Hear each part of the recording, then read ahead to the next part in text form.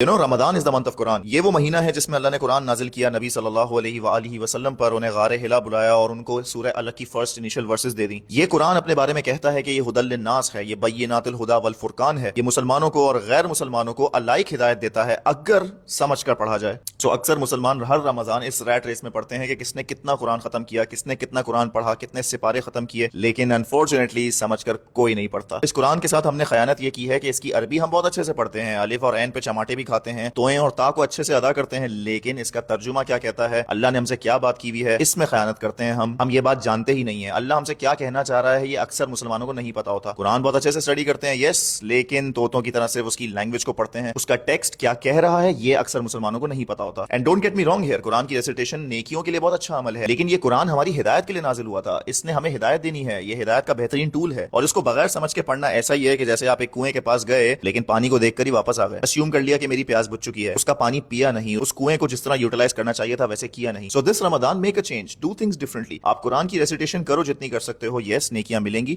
ہر ایک الفابیٹ پہ 10 نیکیاں ملتی ہیں. رمضان میں نیکیاں 70 ٹائمز ملٹیپلائی ہو جاتی ہیں. سو ہر ایک لیٹر کے بدلے ملٹیپلائڈ بائی 70 ملٹیپلائڈ بائی 10. لیکن آپ ترجمے کو سمجھ کے پڑھنے کا ایک ٹارگٹ بنا لو. آپ کے ارد گرد آپ کے سرکل میں جب مسلمان قرآن ختم کر رہے ہوں گے، آپ میک شور کرنا کہ آپ اس کا ترجمہ پڑھ رہے ہوگے. آپ قرآن کو سمجھ کے پڑھو، آپ جانو کہ آپ کا رب آپ سے کیا کہنا چاہتا ہے. قرآن کے ترجمے کو اسٹڈی کرو جتنا کر سکتے ہو، اس کو سمجھ کے پڑھنے کی کوشش کرو. اور کہیں اگر ٹرانسلیشن میں پھنس گئے تو آپ اپنے ارد گرد کسی بھی عالم کے پاس جانا اور اس کی ٹرانسلیشن کی تشریح اس سے پوچھ لینا. اگر کسی عالم کے پاس جانا مشکل ہو یا اس کی ایکسس نہ ہو تو یوٹیوب ہے آپ کے پاس. آپ ڈاکٹر ذاکر نائک، ڈاکٹر اسرار یا واٹ ناٹ، جو بھی اسکالر آپ کو پسند ہو، اس کی ٹرانسلیشن، اس کی تفسیر کو گو تھرو کر سکتے ہو. لعنت بھیجو آپ ان مسلمانوں پر جو آپ کو گمراہ کرنے کی کوشش کرتے ہیں یہ کہہ کر کہ یہ ہدایت کا ٹول، یہ کتاب جو اپنے آپ کو ہدی للناس کہہ رہی ہے، اس کو ترجمے سے مت پڑھنا، گمراہ ہو جاؤ گے. یہ ہیں وہ لوگ جو آپ کو ڈیموٹیویٹ کریں گے، یہ ہیں وہ لوگ جو قرآن کا ترجمہ پڑھنے سے آپ کو روکیں گے، بیکاز ان کو شاید اپنی دکانیں چلانی ہے، یا شاید یہ شیطان کے پیروکار ہیں، یا شاید ان کو اچھا نہیں لگتا کہ کسی کے پاس ان سے زیادہ نالج آ جائے. ریگارڈلیس آپ اپنا رمضان کا ٹارگٹ کلیئر رکھو، قرآن کو ترجمے سے پڑھو، ویدر اٹس انگلش اور Urdu, it's entirely up to you. اور کہیں ترجمے میں پھنس جاؤ تو کسی عالم سے کنسلٹ کرنا آپ کے لیے بہت آسان ہے.